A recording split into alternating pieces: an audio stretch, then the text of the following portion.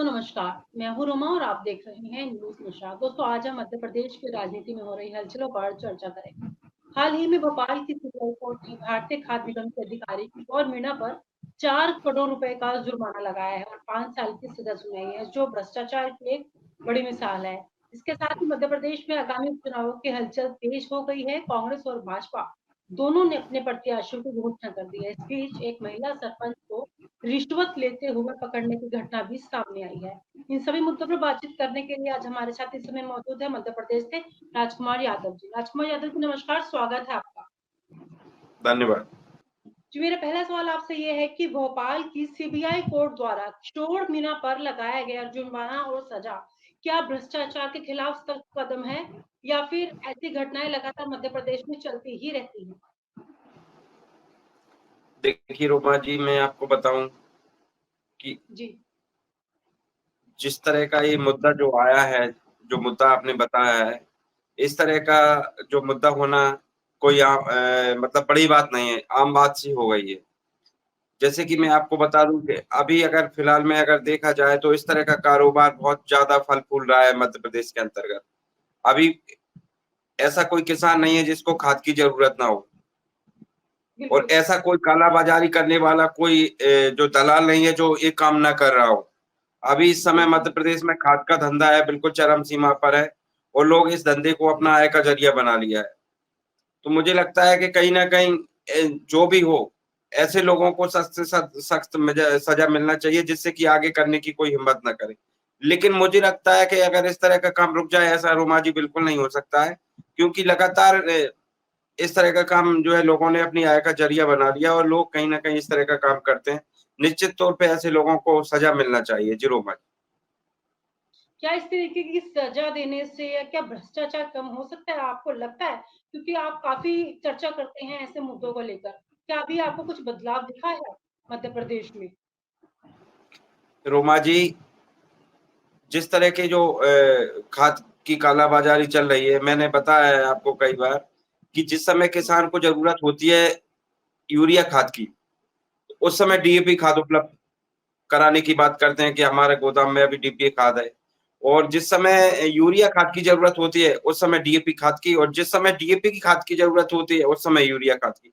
अभी जिस तरह से जो किसानों के लिए गेहूँ की फसल के लिए एनपी का खाद होता है, तो गेहूँ की फसल वाला खाद अभी उपलब्ध है।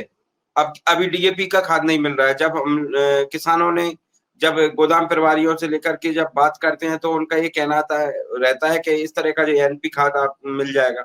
लेकिन जबकि जो है मैं आपको एक और बात बता दूँ कि किसान क्या जी। करते हैं कि सबसे पहले जो बोनी करते हैं वो चना की करते हैं, हुँ। मसूर होती है उसकी बोनी करते हैं। ऐसी फसलों की बोनी जो है सबसे पहले किसान करते हैं। जो गेहूँ की फसल होती है ना वो थोड़ा इससे लेट फसल होती है क्योंकि गेहूँ में ज़्यादा पानी लगते हैं ना, तो ये इस वज़ह से कहीं न कहीं उसको लेट भी किया जाता है। तो अभी की स्थिति में जो बता रहे हैं कि आप एनपी का खाद ले जाओ वो जबकि अधिकतर वो खाद है ना, वो गेहूँ की फसल में ज़्यादा प्रयोग किया जाता है। उस खाद को अभी उपलब्ध करवाने की बात कर रहे हैं। जबकि अभी जिस खाद की ज़रूरत है उस खाद को उपलब्ध नहीं और क्यों नहीं करवा रहे हैं इसका भी एक कारण है। क्योंकि अगर जिस वस्तु की ज़रूरत समय पर है, अगर वो समय पर उपलब्ध नहीं हो पा रही है, तो वो कहीं न कहीं व्यक्ति, किसान मजबूरी में कहीं न कहीं ब्लैक में ले लेगा।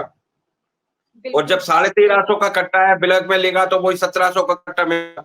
तो इसलिए कहीं न कहीं इसको दलालों ने एक अपना एक कमाई का ज़रिया बना लिया है। हर बार होता है, हुँ, हुँ। रोमा जी कोई पहली बार इस तरह का खाद की कालाबाज़ारी पहली बार नहीं हो रही, इस तरह का हर बार होता है।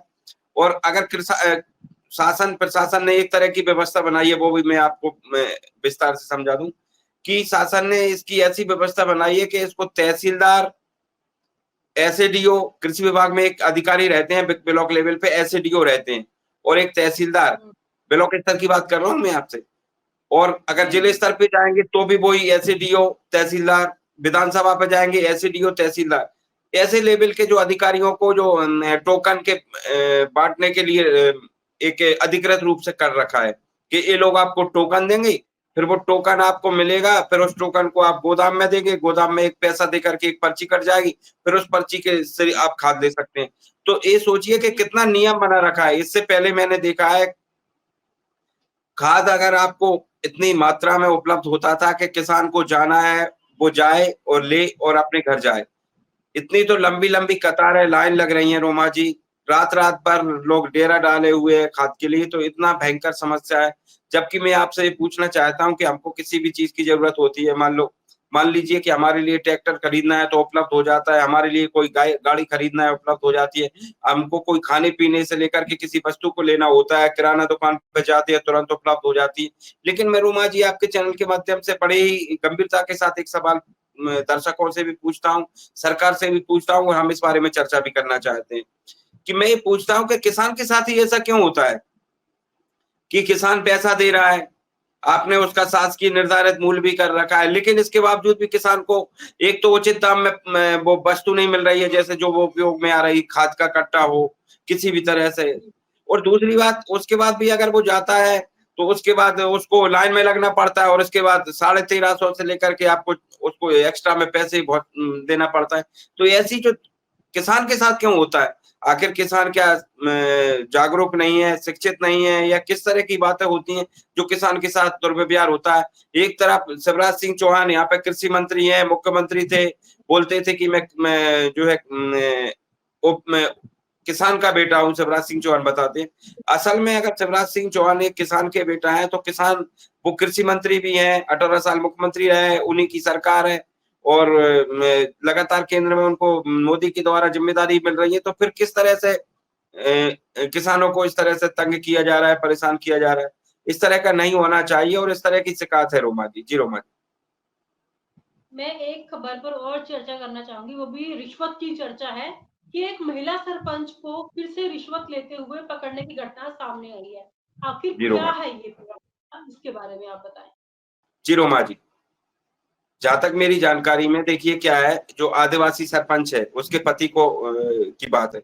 मैं आपको एक बात बता दूँ कि सरकार ने जिस तरह से जो है आरक्षण दे रखा है, एससी, एसटी को, ओबीसी को जिस तरह का आरक्षण दे रखा है और ये विशेष तौर से एससी, एसटी में जो सरपंच से लेकर के विधायक सब चीज़ों के लिए आरक्षण देखा है। तो कहीं न कहीं मैंने ये देखा है कि जो आदिवासी लेवल पे जो सरपंच बनाए जाते हैं, उनको आदिवासी खुद सरपंच नहीं चला पा रहे हैं। उतना उनको भले सरकार के द्वारा इतनी जागृति दी जाती है, लेकिन कहीं न कहीं इस तरह से लोगों के द्वारा उनको गुमराह किया जाता है या कह सकते हैं उनको सिर्फ यूज एंड थ्रो किया जाता है। मतलब उनके नाम पर तो सरपंच बना लेते हैं, लेकिन उनको चलाते कुछ दबंग लोग हैं। तो मुझे लगता है कि आज भी कहीं न कहीं एक उनको जागरूक करने के लिए किसी तरह का कोई प्रशिक्षण ऐसा चलना चाहिए, जिससे कि कहीं न कहीं वो खुद जागरूक होकर के या वो खुद अपने काम करने में जो है सक्षम हो जाएँ। तो रोमा जी मैं इतना ही कहूँगा इसमें वो आदिवासी जो सरपंच है, मुझे लगता है कि वो सरपंच कहीं न कहीं किसी न किसी साजिश का शिकार हुआ होगा। लेकिन फिर भी मैं यही कहूँगा चाहे कोई भी हो अगर गलत काम करता है तो उसके खिलाफ कार्रवाई तो ज़रूर होना चाहिए क्योंकि संविधान में हमारे में जो कार्रवाई होना चाहिए जो गलत करता है। लेकिन फिर भी मैं यही बताऊँगा कि आदिवासी और एससी, एसटी के साथ लगातार जो शोषण हो रहा है, वो शोषण रुकना चाहिए। जी, रोमा जी। चलिए अब हम चुनावों को लेकर चर्चा कर लेते हैं। उपचुनावों के लिए दोनों पार्टियों ने अपने-अपने प्रत्याशी उतार दिए हैं। तो क्या लगता है इस समय कांग्रेस पार्टी ने जो अपने प्रत्याशी उतारे हैं, क्या वो पार्टी के लिए ठीक है या फिर नए चेहरे हैं या पुराने लोगों को ही टिकट दिया गया है कांग्रेस पार्टी के द्वारा? चूँकि ये तो कहीं न कहीं मैं आपको एक बात बताऊँ जो पार्टियाँ बेहतर तरीके से अपने काम को समझ सकती हैं, जिन लोगों ने टिकट दिया है उन्होंने अपने हिसाब से सोच समझ कर दिया है। लेकिन मैं तो यही कहूँगा कि कहीं न कहीं जिस तरह से जो उद्योगपति लोग, पैसे वाले लोगों को टिकट जिया दिया जाता है। मैं तो ये कहूँगा कि कहीं न कहीं ऐसा क्यों नहीं होता है रोमा जी कि जो काम करने वाले को दिया जाए। जैसे मान लो राजकुमार पटेल को टिकट दिया। पार्टी के जो प्रत्याशी हैं, कांग्रेस पार्टी के जो प्रत्याशी हैं राजकुमार पटेल, उनकी जीत जी। की संभावनाएँ कितनी हैं इस समय? नहीं, मैं आपको ये बता रहा हूँ क्योंकि हम लोग भविष्यवाणी करने वाले तो नहीं हो सकते हैं। लेकिन मुझे लगता है कि कहीं न कहीं मान लीजिए कि जो वहाँ पर एक धरातल पर किसी तरह का कोई काम करता होगा, अगर उन्होंने धरातल पे काम किया होगा, लोगों के बीच में अगर वो रहे होंगे, लोगों के काम कराए होंगे, लोगों की मदद की होगी, तो निश्चित तौर पे उनको जीत मिलेगी। हुँ। बाकी ओबीसी का वो चेहरा है, ओबीसी का वोट बैंक वहाँ पर ज़्यादा है, तो वैसे लोगों का जहाँ तक कहना है कि वो जीत सकते हैं चुनाव। जी, रोमा। उम्मीद लगती है आपको उनकी इस सीट पे जीतेंगे? चलिए फिर बुधनी सीट को लेकर ही चर्चा कर लेते हैं, क्योंकि वो हॉट सीट है और लगातार चर्चाओं में बनी हुई है। बुधनी सीट को लेकर आपकी क्या राय है? जी, मैंने बताया आपको जो बुधनी सीट की ही हमारी चर्चा चल रही है, जो राजकुमार पटेल को कांग्रेस पार्टी ने बुधनी सीट से टिकट दिया है। उधर रमाकांत भार्गव को भारतीय जनता पार्टी ने टिकट दिया है और वहाँ पर क्या है शिवराज सिंह चौहान के जो बेटे हैं कार्तिकेय चौहान, लगातार वो टिकट की माँग कर रहे थे, लेकिन कहीं न कहीं शिवराज सिंह चौहान का कद कमज़ोर करने के लिए शिवराज सिंह चौहान को कहीं न कहीं उनका हल्का कद करने के लिए जो भारतीय जनता पार्टी का राष्ट्रीय प्रदेश नेतृत्व है और खास तौर से अमित शाह, नरेंद्र मोदी हैं, इन लोगों ने कहीं न कहीं जो है कार्तिकेय चौहान को टिकट नहीं दिया है। बाकी क्या है कि देखते हैं क्या होता है। जी रोमा जी। चलिए ठीक है, फिर आपकी तमाम जानकारी के लिए आपका बहुत-बहुत शुक्रिया। नमस्कार। थैंक यू, धन्यवाद। और आप हमसे जुड़े रहने के लिए सब्सक्राइब करें YouTube पर, फॉलो करें Twitter पर और लाइक करें Facebook पर। और ज्यादा जानकारी के लिए आपको टाइप करना होगा सिर्फ न्यूज नशा।